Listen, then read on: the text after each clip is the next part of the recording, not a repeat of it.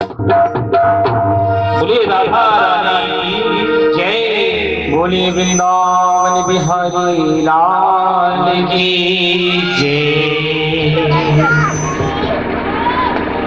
अनंत कोटि ब्रह्मांड नायक अचिंता अचिंत सर्वव्यापी समदर्शी घट घट वासी आनंद कंद मेरे गोविंद वृंदावन की गलियों में विचरण करने वाले मेरे गोविंद, वृंदावन के गोपियों के घर घर में माखन चुराने वाले मेरे कन्हैया, राधा रानी के परम प्रियतम मेरे गोविंद, भक्तों के परम आत्मा में विराजमान मेरे गोविंद,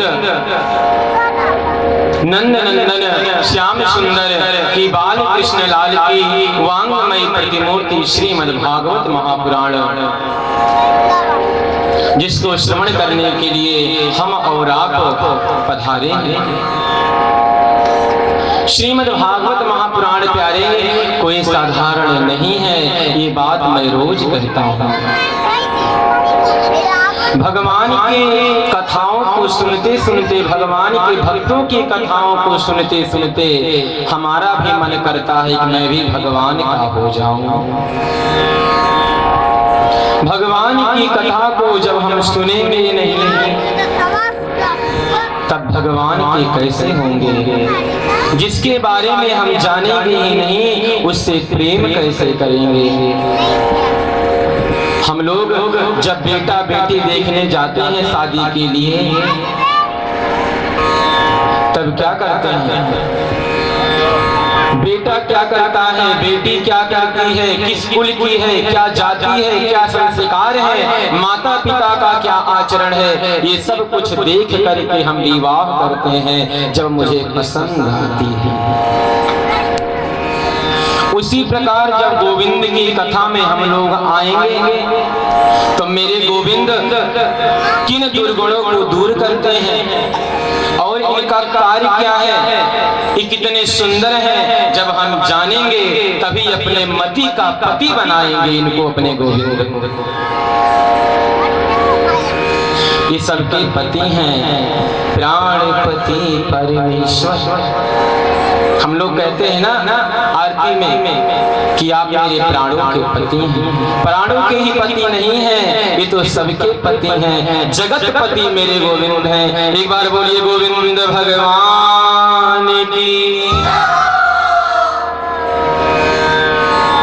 ये मत समझना, एक बार एक राजा ने अपने राज्य में घोषणा करवाई। क्या? उसने कहा जो मेरे राज्य में है वह एक दूरी तय कर दी।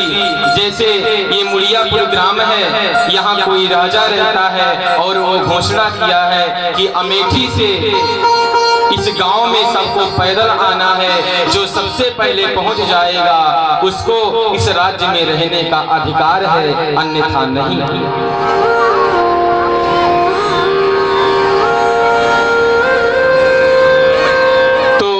सभी लोग गए, लेकिन रास्ते में एक बाजारी चीज लगवा दिया, जिसको देखते ही सब लालच में आ गए।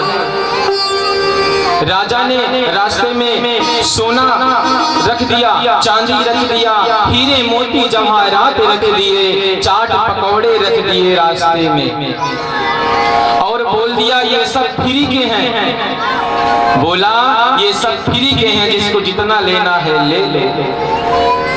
लेकिन समय था कि इतने बजे से 10 बजे से वहां से निकलो तो 4 बजे तक यहाँ पहुंचना है। जो 4 बजे के पहले नहीं पहुंचेगा उसका इस राज्य में रहने का कोई अधिकार नहीं है। मेरी मैया,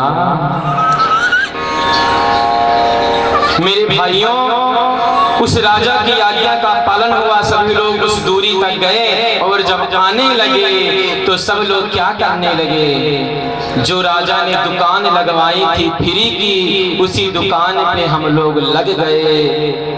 और क्या हुआ, एक लोग कह रहे हैं चलो अभी 10 ही तो बजे हैं, पहुंच जाएंगे 4 बजे तक। दूसरे कह रहे हैं अरे अभी 11 ही तो बजे हैं, 4 बजने में बहुत टाइम है, पहुंच जाएंगे, खरीद लो तब तक, फ्री का है, कोई पैसा नहीं देना है। तीसरा बोला चलो अभी 2 ही तो बजे हैं, 2 घंटे में पहुंच जाएंगे।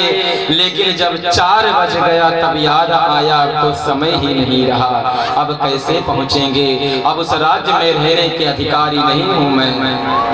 उसी प्रकार गोविंद इस धराधाम पर हम लोगों को भेजे हैं और कहे हैं जो मेरा भजन करते हुए, जो मेरा भजन करेगा, कथा सुनेगा, कथा को सुनते हुए जो अपने सीमा में रह करके समय तक अपने मृत्यु को प्राप्त होगा, वही मेरे चरणों में रहने का अधिकारी है। नहीं तो यहाँ पर पति पत्नी पुत्र बच्चे में लगे रहोगे और गोविंद के चरणों तक नहीं पहुँच पाओगी मेरी मैया। वो राजा नहीं है, वो राजा के रूप में भगवान है और प्रजा के रूप में हम इंसान हैं।